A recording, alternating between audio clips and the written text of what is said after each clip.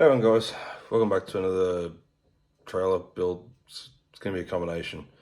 So we're going to do partial trailer, partial vehicle fit out.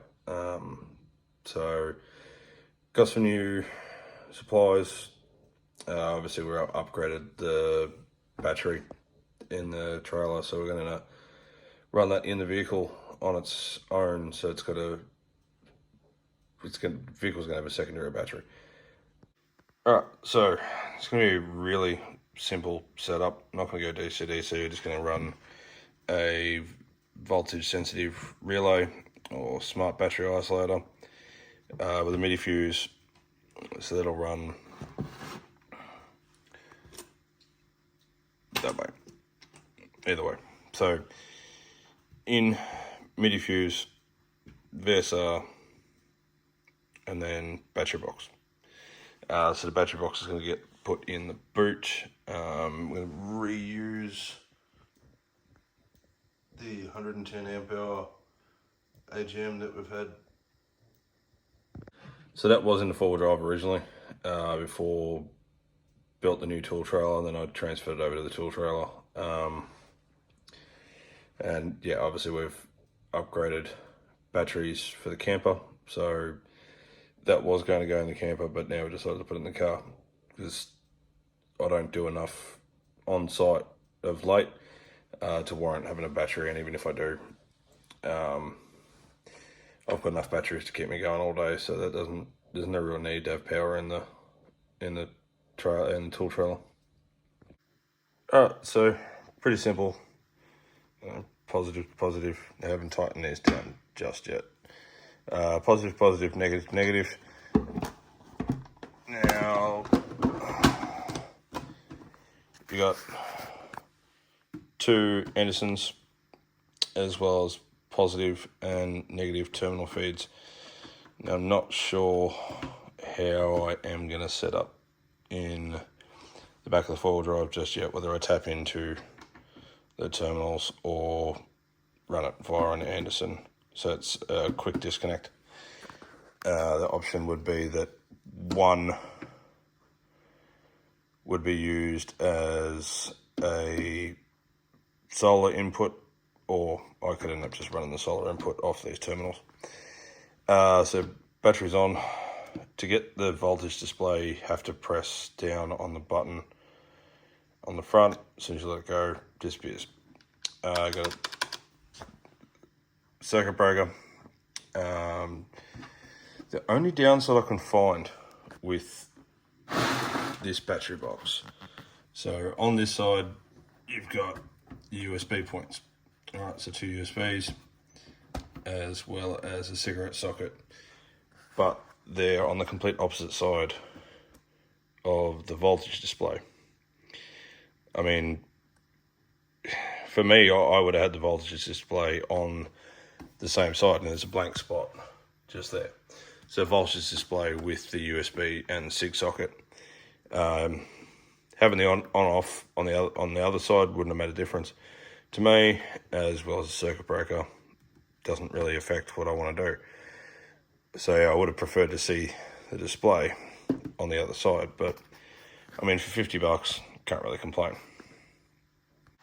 Alright, so brand new in a box solar charge controller. Now this one says that it's rated for 40 amps, 1224 volt, but haven't used these sort of ones in the past.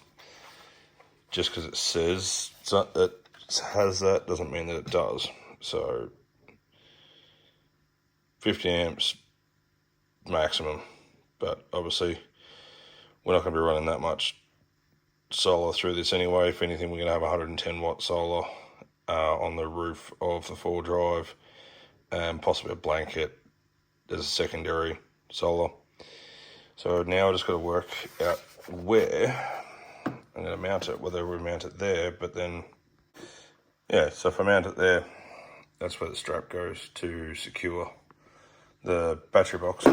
Or the other option is, once the strap is over it, we could have it sitting on top like that.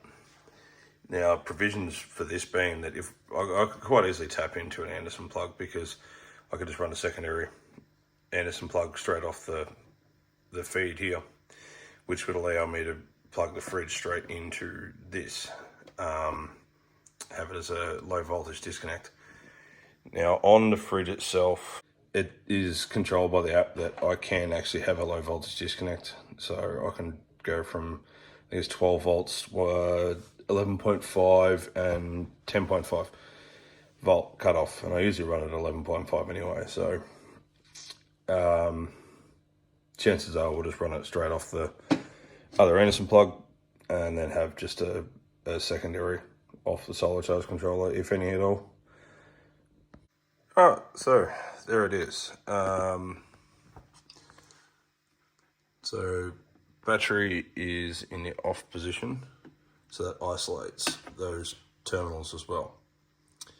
So I've got positive running cable tied to the back of the Anderson plug here, and then just glued it to the top of the box and running into the solar there. I've left a gap in there because I'm going to run another strap to tie that down into the back of the four-wheel drive.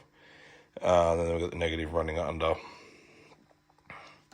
with double glue there as well, cable tied to the negative, and then just running into the negative terminal. So I've glued the solar down as well. So yeah, input for solar. So that still frees up the two Anderson plugs on the side, having used the terminals rather than running into an Anderson plug. Alright, so it's been a couple of days since I've recorded that last bit, so had a little bit of progress done. So I wasn't recording this, obviously. Sorry about that, that's sleep deprived and just wanted to get it done. It's always having a newborn. So what I ended up doing was just chopped out the center section where that was sitting. So I've cut the plate off as well, and I've actually welded it to the extension. So that was sitting right there, and then welded in the extension. Now it's not much, but it will be enough. So we went out testing the other day and actually jackknifed it way too easy. So reinforcing at the back. Now I haven't finished reinforcing it just yet. They will have something else going on top. Not sure whether they're going to go steel plate or just put some more gusseting in here. So we've done away with the adapter, so I've rewired the whole trailer. So electrical tape was just there to hold in that position so it didn't pull too much through, but currently it's just zip tied to the A-frame. Now I was toying with an idea, I'm not sure whether I will do it now.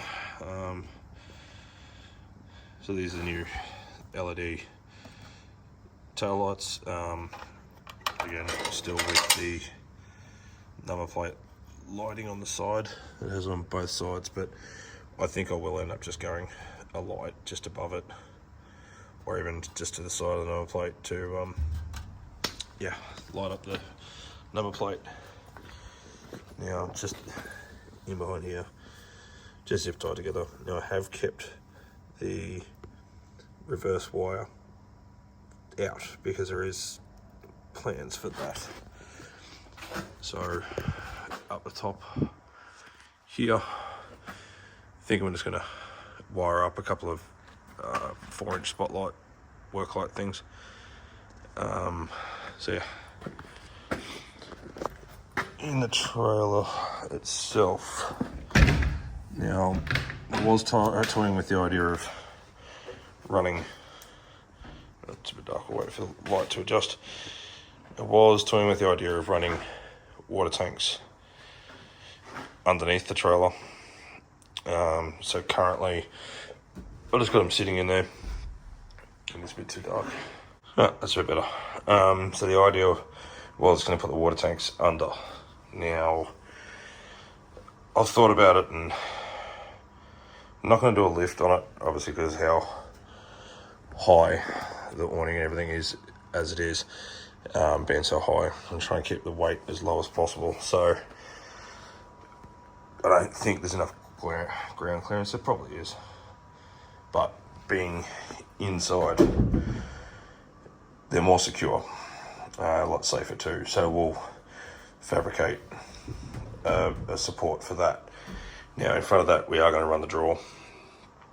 Now this is dependent on the pelican case fitting on the other side. So I'll go grab that in a minute and we'll chuck her in and see how we go. But I think this is where we're at. If not, alternatively, we can run them one on top of the other, bit of support frame for that, have it run that way. So we have options.